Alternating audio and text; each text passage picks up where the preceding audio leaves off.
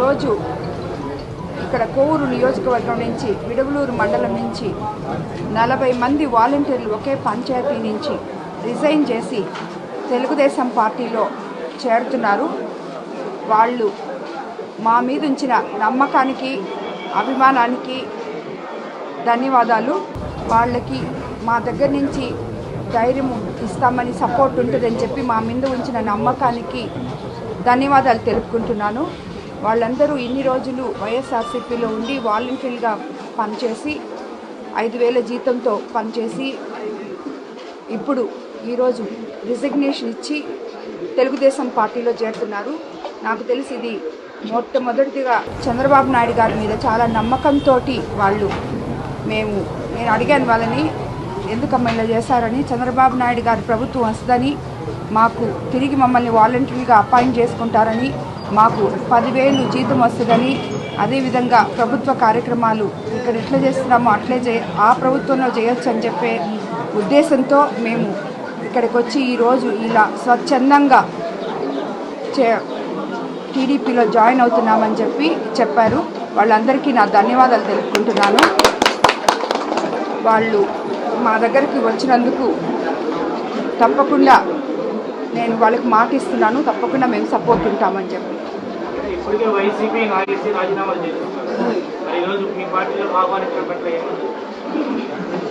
యాక్చువల్గా ఇది రిజైన్ చేసేది తెలియదు. వాళ్ళు స్వచ్ఛందంగా వచ్చారు, మేము జాయిన్ అవుతామని చెప్పి టీడీపీలో.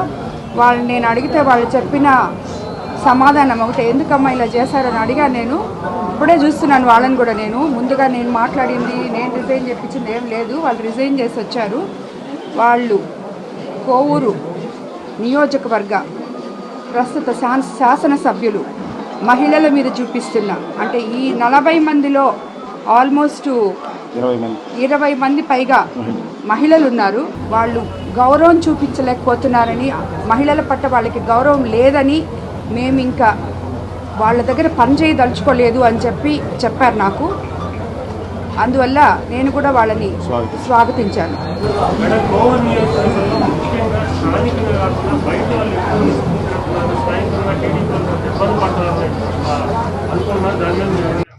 అదేం లేదు. ఏ పార్టీలో అయినా చేరికలు అనేటివి సర్వసాధారణం ఎలక్షన్స్ అప్పుడు. అండ్ 5 సంవత్సరాల నుంచి, 5 కాదు 20 నుంచి 30 సంవత్సరాల నుంచి కూడా టీడీపీలో ఉన్న కార్యకర్తలు, నాయకులు ఉన్నారు. ఇప్పుడు వీళ్ళు తోడయ్యారు. ఎందుకంటే గెలుపు స్వచ్ఛందంగా వచ్చి, మేము ఒక మాటలో చెప్పాలంటే ఏ ఒక్క నాయకుడిని మేము ఇంతవరకు అయితే బలవంతం పెట్టలేదు. వాళ్ళు వచ్చి మా మీద అభిమానంతో మేము న్యాయం చేస్తామనే నమ్మకంతో పార్టీలో చేరుతున్నారు. కాకపోతే మేము ఒకటే చెప్తున్నాం, చేరిన ప్రతి ఒక్కరిని కూడా కలుపుకొని పొమ్మని చెప్తున్నాం. ఆల్రెడీ ఉన్న తెలుగుదేశం నాయకులకి అతి ప్రాధాన్యత ఇస్తామని కూడా చెప్తున్నాం. మేము వాళ్ళని అంటే ఇప్పుడే కాబట్టి అందరినీ కలుపుతున్నాం. అందరూ బాగున్నారు, అలాగేం లేదు. ఏదో 1-2 అలా మాట్లాడటమే కానీ అందరూ వస్తున్నారు నా దగ్గరికి. పాత వాళ్ళు వస్తున్నారు, కొత్త వాళ్ళు వస్తున్నారు, అందరూ కలిసి పనిచేస్తున్నారు. చాలా గ్రామాల్లో మేము అందరినీ సరి చేసుకుంటున్నాం. సో దానివల్ల ఏం ప్రాబ్లం లేదు. వాలంటీర్లని వైసీపీ ప్రభుత్వం సంబంధించినటువంటి నేతలు బలవంతంగా రాజీనామా చేపిస్తున్నారని ఆరోపణలు ఉన్నాయి. వాలంటీర్లకు మీరు ఎలాంటి భరోసా ఇవ్వబోతున్నారు? ఇప్పుడు వీళ్ళు నా దగ్గర వచ్చిన వాలంటీర్స్ అయితే వాళ్ళని మేమైతే బలవంత పెట్టలేదు. వాళ్ళు స్వచ్ఛందంగా రాజీనామా చేసి పార్టీలోకి రావడం జరిగింది.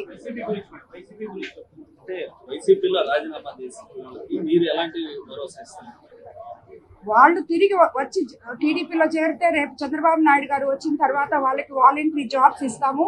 అదేవిధంగా వేతనం వచ్చిన తర్వాత వాళ్ళకి వాలంటరీ జాబ్స్ ఇస్తాము. అదేవిధంగా వేతనం కూడా డబుల్ అవుతుంది, 10,000 చేస్తున్నాము. కాబట్టి ఆ సపోర్ట్ అయితే మేము చేయగలం ప్రభుత్వం తరఫున.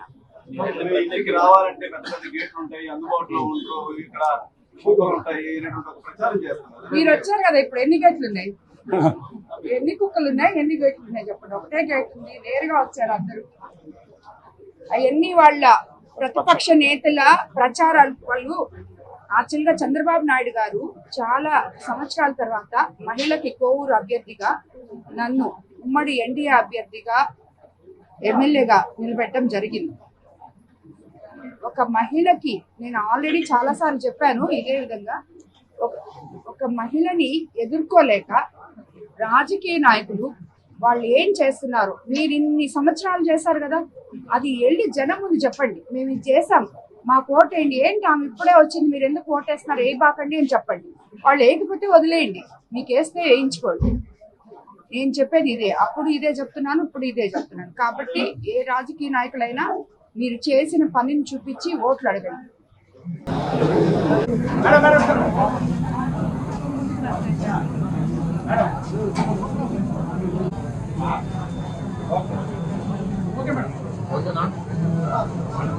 మాట్లాడతారమ్మా.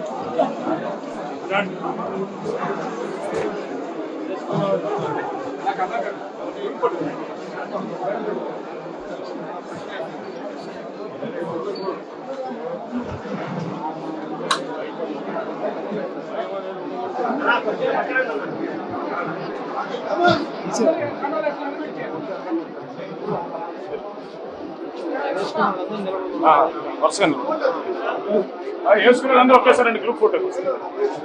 అందరూ గ్రూప్ ఫోటో తీసుకోండి రండి.